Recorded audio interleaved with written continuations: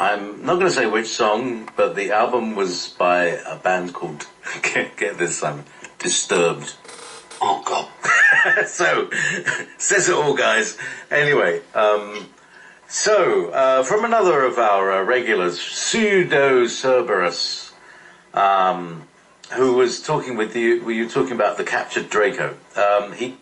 This time, unfortunately, I haven't yet found the recording where you comment on a captured Draco. However, on the 7th of February 2016, he's been trawling, at 15:03 on the CC show, you answered my question regarding soul devolution. At 17:32, you say to me, if a creature is faced with going back to relearn or being removed, then often you prefer to relearn it.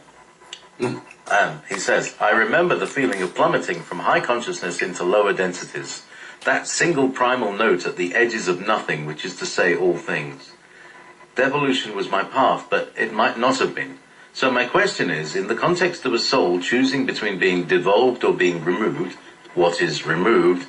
What would it feel like to be removed? Can anyone come back from being removed? And and if so, in what form would they return?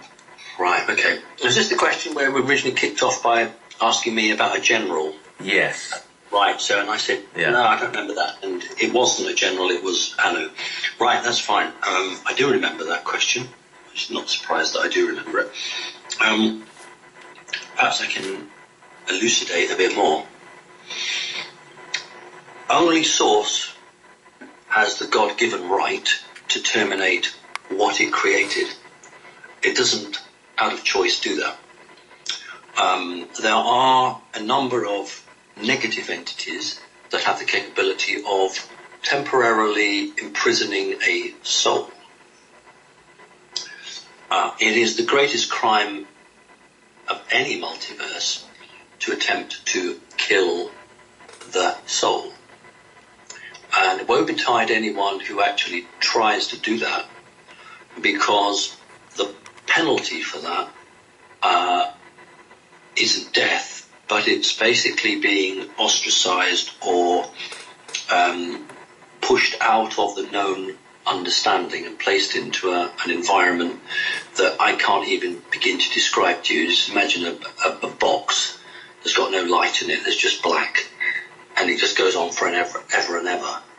It's a sort of a transportation to hell, basically. So vast majority of races and individuals don't go down that road simply because of karma. They don't want to have that. If you are so unspeakably bad, I don't quite know how that would be, but if you're so unspeakably bad, then if a large body of good beings, be they humans or, I don't know, Council for Wise or a Federation, doesn't matter what, suddenly project against you, and the outcry from this mass of human or human-type beings is so strong that Source, if a critical position is hit, Source will actually become involved. Now, entities can also become involved and can have like a judgment, a court case. But generally what happens is that entity or that being is banished. That's the word I wanted. Couldn't think of it before, banished.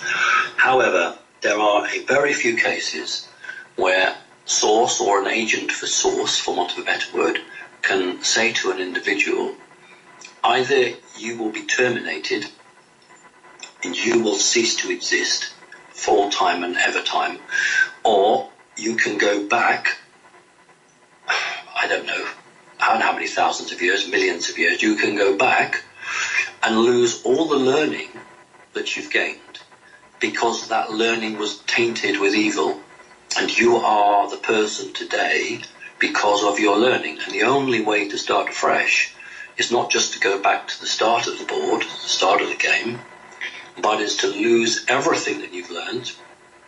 And in fairness to you, you start off again, and I, Source, will place you in a different position than you started from, so that you don't necessarily go down the same route.